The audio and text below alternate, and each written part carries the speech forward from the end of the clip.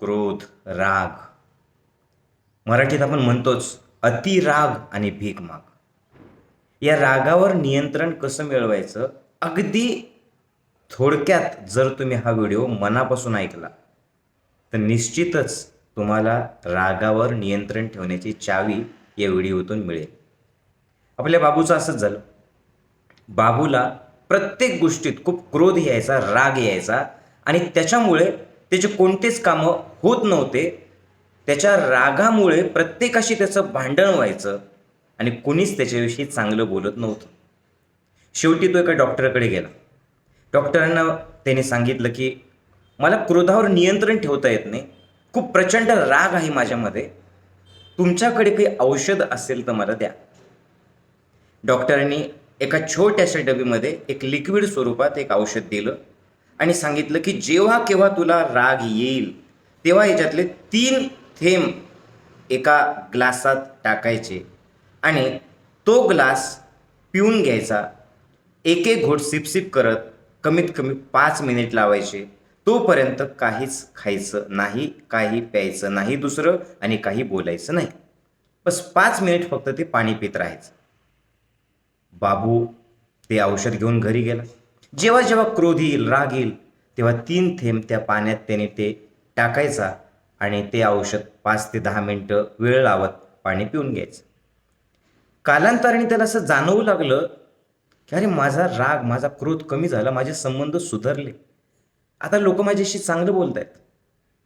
तो काही महिन्यांच्या नंतर डॉक्टर साहेबांकडे गेला आणि त्यांनी सांगितलं की डॉक्टर साहेब माझे राग पूर्ण बंद झाला, हे औषध खूपच इफेक्टिव्ह आहे, इतरांना सुद्धा तुम्ही ते द्या. त्यावेळेस डॉक्टर खळखळून हसला आणि म्हणाले अरे बाबा रे, ते कुठलंच औषध नव्हतं, ते साधं साखरेचं पाणी होतं.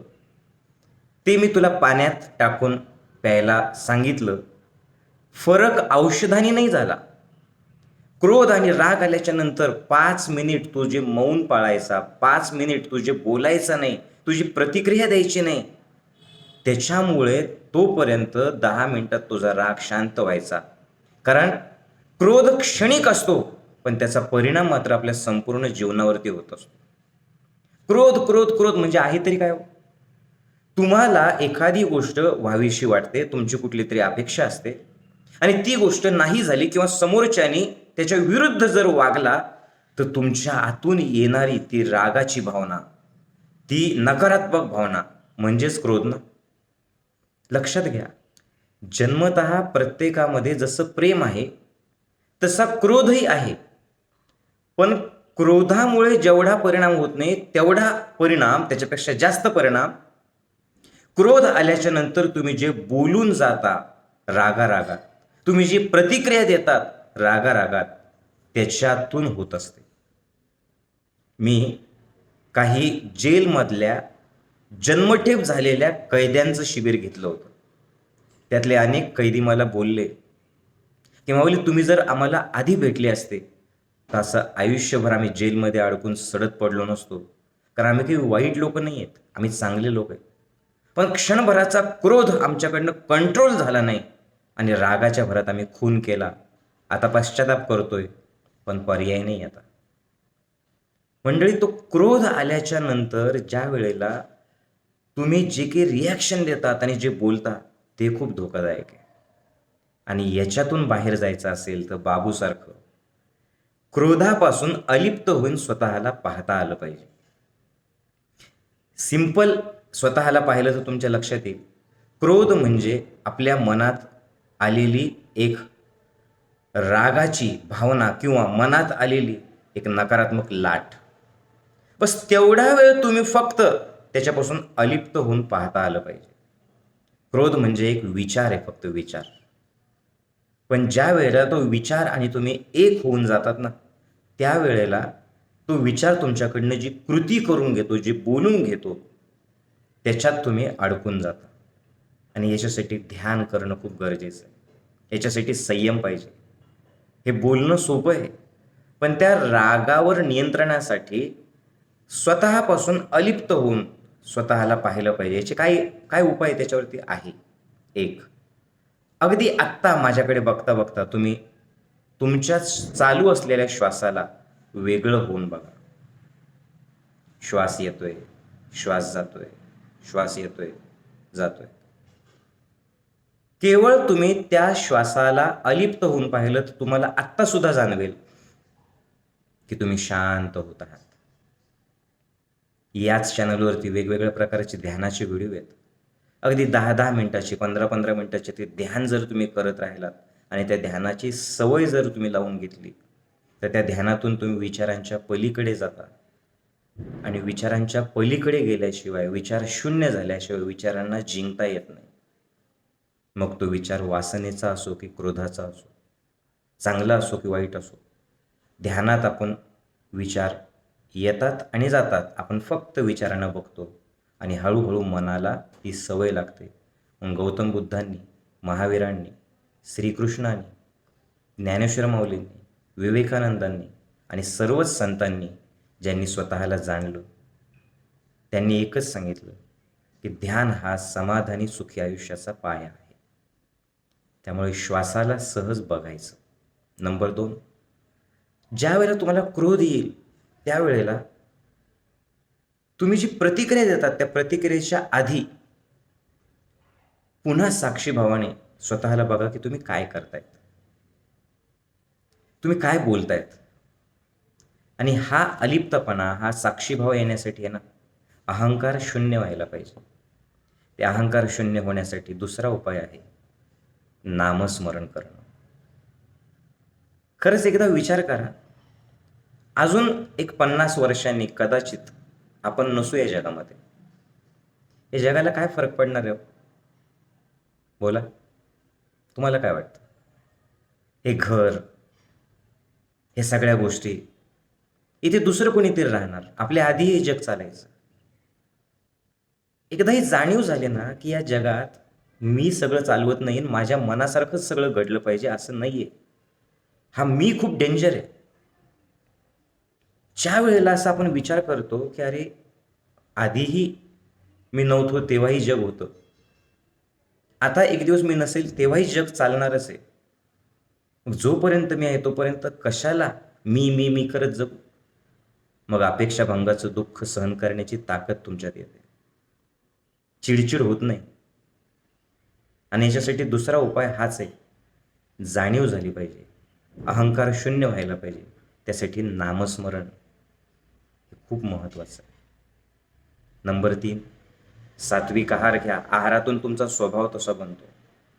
खूप मसालेदार, खूप तिखट, खूप एकदमच कुठलीही गोष्ट एक्स्ट्रीम जी असते, आपल्या श्रीकृष्णाने सांगितलेलं की राजसिक असताल तर चिडचिड होईलच.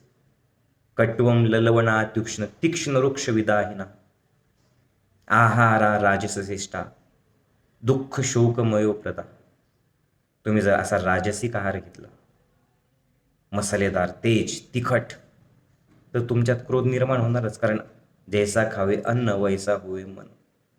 तेव्हा सात्विक आहार घेत चला. नंबर 4, हे खूप महत्त्वाचं आहे, तुमच्या चेहऱ्यावरती कायम स्मितहास्य ठेवा. तुमचं स्मितहास्य, तुमच्या चेहऱ्यावरचं स्मितहास्य तुमच्या मनाला आपोआप शांत करतं. करून बघा आत्ताच. नंबर 5, हे सगळं जे मी सांगतोय याच्यावर आधी विश्वास ठेवा. ही जी वृत्ती आहे ना तुमची, अशाने कधी काही होतं का, अशाने झालं असतं तर मग एवढे सगळे रागीट लोक राहिलेच नसते. पहिल्यांदा हे चेंज करा. माणसाच्या मनात आधी यायला पाहिजे की होय मला बदलायचं आहे, होय मी बदलणार आहे, आणि होय हे शक्य आहे. थोडासा विश्वास ठेवा, करून बघा. आधी करायचं आहे, विश्वासाने करायचं. नंबर 6, ज्यांच्यावर आपण चिडतो एकदा थोडंसं वेगळं होऊन पाहता आलं पाहिजे की हे लोक आपले गुलाम नाही आहेत. कशासाठी चिडतोय आपण? कोण होतं आपण असं? का चिडायला पाहिजे? एक आयुष्य आहे, त्या एका आयुष्यात जास्तीत जास्त माणसांना जोडायचं की तोडायचं हे तुम्ही बघा. आणि त्याच्यासाठी आहे ना प्रेमाने भरून गेलं पाहिजे. त्या प्रेमासाठी भक्ती, समर्पण, निसर्गाशी संवाद साधणं, मी कोण आहे याची जाणीव हे खूप आवश्यक आहे. आणि सर्वात महत्त्वाचं, सुरुवातीला सांगितल्याप्रमाणे मौनम सर्वार्थ साधन, मौनम सर्वार्थ सिद्धी कारण. जेव्हा क्रोध येईल, जेव्हा राग येईल, तेव्हा मनातल्या मनात कितीही क्रोध आला, कितीही प्रतिक्रिया द्यावीशी वाटली तरी सुद्धा मनाला जिंका. मनाला ज्याने जिंकलं त्याने जगाला जिंकलं. त्यावेळेला जाणीवपूर्वक सांगा स्वतःला, थांब थांब, तू काय करतोय, तू काय बोलतोय, खरंच हे बोलून सगळं होणार आहे का?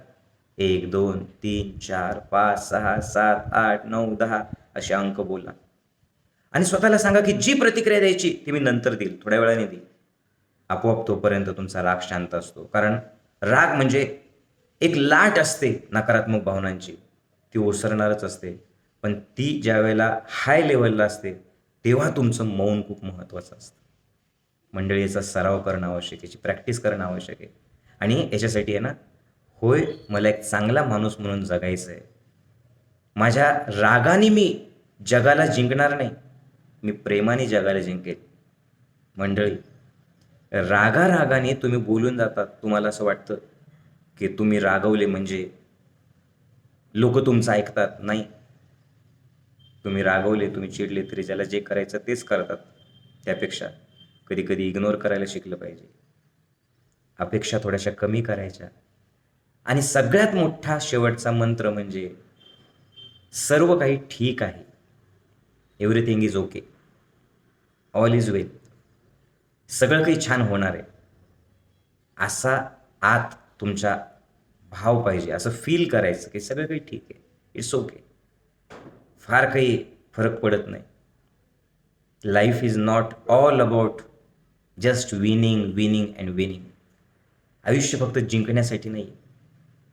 Life is not all about winning or losing. Life is a game, we are players. Playing is important, happiness is important. आयुष्य हे फक्त खेळ आहे, आपण खेळाडू आहोत. जिंकणं हारणं चालू राहतं. जिंकल्याच्या नंतर माज नको, हरल्याच्या नंतर वाईट वाटणं किंवा राग नको. खेळण्यातला आनंद घेत पुढं पुढं जात राहायचं, हेच तर जीवन. आणि हे समजण्यासाठी तुम्ही सहपरिवार आपले चैतन्यवनातलं शिबिर करा. 6 दिवसाचं निवासी शिबिर ज्यावेळेला तुम्ही करतात, आपल्या संभाजीनगरमध्ये जे 12 एकरचं सुंदर असं निसर्गरम्य ठिकाण आहे, तिथे येतात.